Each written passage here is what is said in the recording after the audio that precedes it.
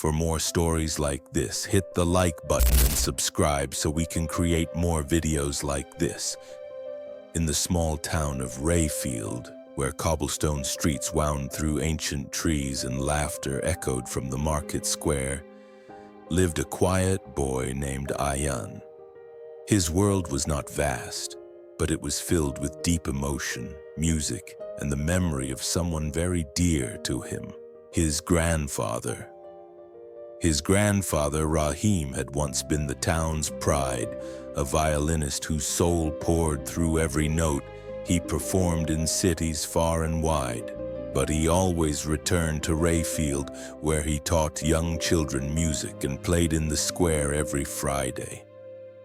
Ayan had grown up by his side, mesmerized by the sound of the violin, not just as an instrument, but as an extension of the heart.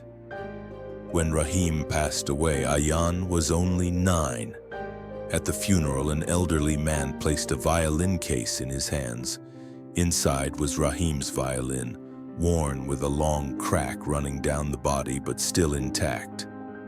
"He wanted you to have this," the man said. "Head, one day the world will hear your music just as it did his." To Ayan, it was not just a violin. It was a piece of his grandfather, and it became his most treasured possession. Years passed, and Ayan grew. His bond with the violin deepened.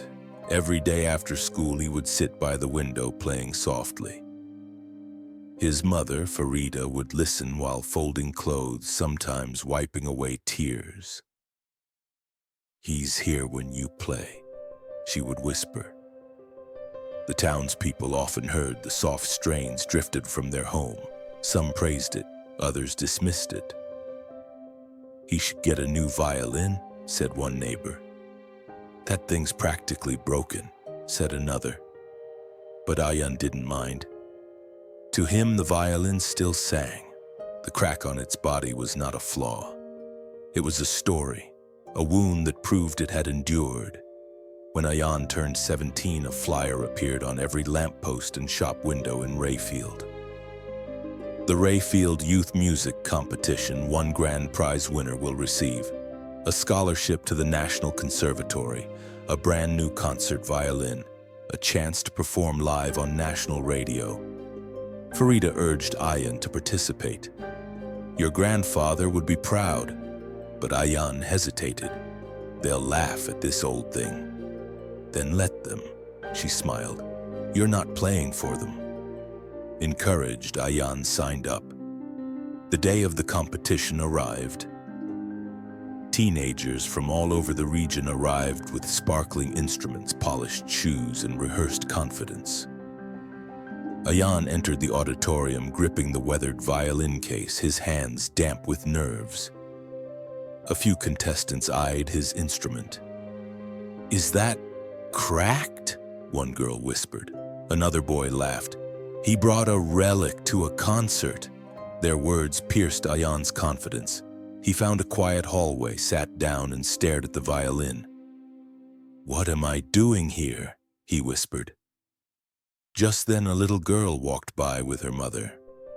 She paused, saw the violin, and said, "It's beautiful." Ayan looked up, startled. "Can you play something?" she asked. Without thinking, he raised the bow and played a lullaby his grandfather used to hum. The hallway filled with melody. The girl smiled.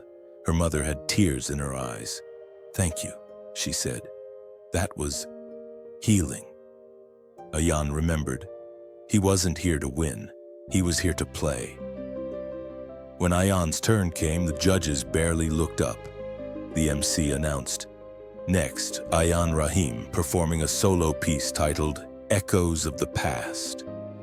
Whispers fluttered through the crowd about his cracked violin. He stepped onto the stage. The lights were blinding. His hands trembled, but then he took a deep breath.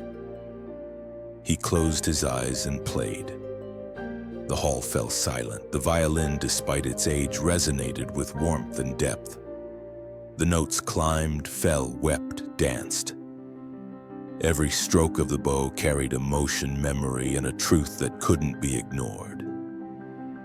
The final note hung in the air. Then a beat of silence. Then thunderous applause. After the performances, the results were announced. Ayan did not win first place. The grand prize went to a boy with a perfect performance but little soul. But then the judges called Ayan forward. "We would like to present a special honor," the head judge said, "to the performance that moved not just ears but hearts." The crowd rose in applause. Ayan's heart swelled. Later backstage, a man approached him. "I'm Yusuf Karim, a violin maker. May I see your instrument?" Ayan hesitated, then handed it over. "This is old, but alive. Instruments like these are rare, and in your hands it becomes priceless." Ayan returned home that night. He stood in front of his grandfather's photo. "I didn't win the prize, Dada," he whispered, "but I won something else. I finally understand." From that day on, Ayan played in the town square every Friday like his grandfather. Children gathered, elders smiled, and even travelers stopped to listen.